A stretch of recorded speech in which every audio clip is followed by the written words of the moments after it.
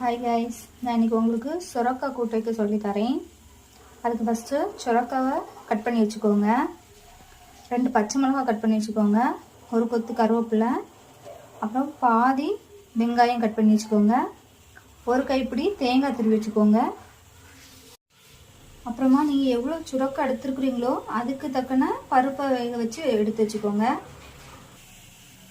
Pan நல்லா heat ஆனோன்னே தாளிக்கு தேவையான அளவுக்கு ஆயில் ஆட் பண்ணி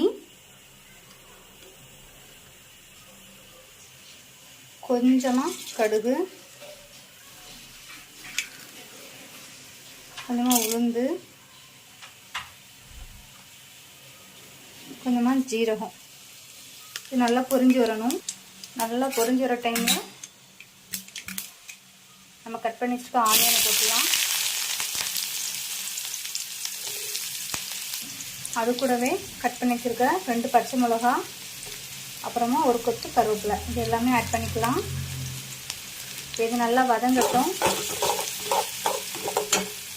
இது நல்லா வதங்கி வர டைமில் நல்ல மிளகும் ஜீரகமும் சேர்த்து அரைச்சதில் ஒரு 1/2 ஸ்பூன் போடுறேன். இந்த பவுடர் நீங்கள் போட்டிங்கன்னா நல்லாயிருக்கும். அதுக்காண்டி தான் நான் எல்லா கூட்டுக்குமே இது நான் போடுவேன். இந்த மாதிரி நல்லா வதங்கி வர டைமில் நம்ம சுரக்காவை கட் பண்ணி வச்சுக்கோங்க. அந்த சுரக்காவை ஆட் பண்ணிக்கலாம். சுரக்காவும் நல்லா வதங்கணும்.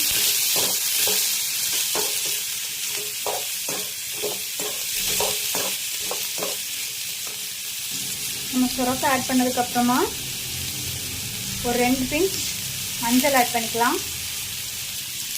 நல்லா வதக்குங்க.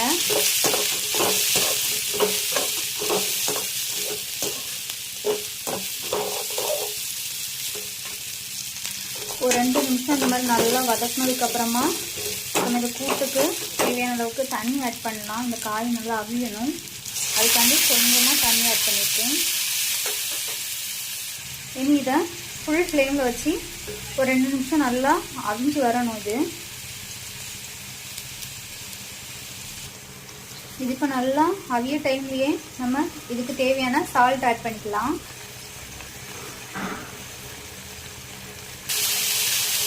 இந்த மாதிரி தண்ணியெல்லாம் வற்றி வர டைமில் நம்ம பருப்பு எடுத்து வச்சுக்கணும்ல, அந்த பருப்பை ஆட் பண்ணிக்கலாம்.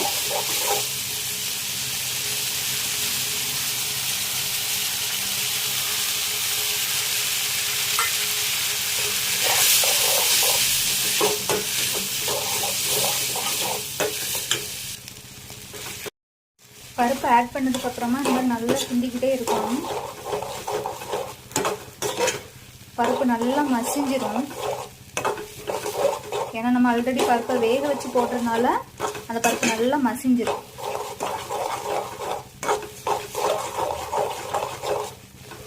நம்ம பருப்பை ஆட் பண்ணனால கீழே அடி பிடிக்கிறதுக்காண்டி வாய்ப்பு இருக்குது. அதனால தான் நான் கிண்டிகிட்டு இருக்கேன்.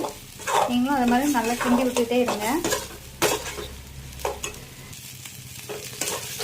இந்த மாதிரி கொஞ்சம் தண்ணியெல்லாம் வற்றி வரக்கூடிய டைமில் ஃபைனலாக நம்ம திருவி வச்சுக்கோல அந்த தேங்காவை ஆட் பண்ணிக்கலாம்.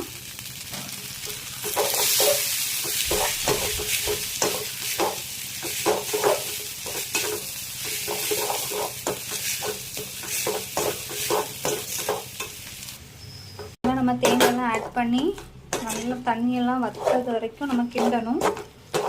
இந்த மாதிரி கிண்டிட்டு இருக்க டைமில் கீழே அடி பிடிச்சிக்காமல் பார்த்துக்கணும்.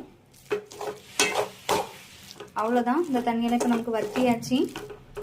நமக்கு அருமையான சுரக்காய் கூட்டு ரெடி. நீங்களும் வீட்டில் ட்ரை பண்ணிவிட்டு எப்படி இருக்குன்னு கமெண்ட் பண்ணுங்கள். பாய்.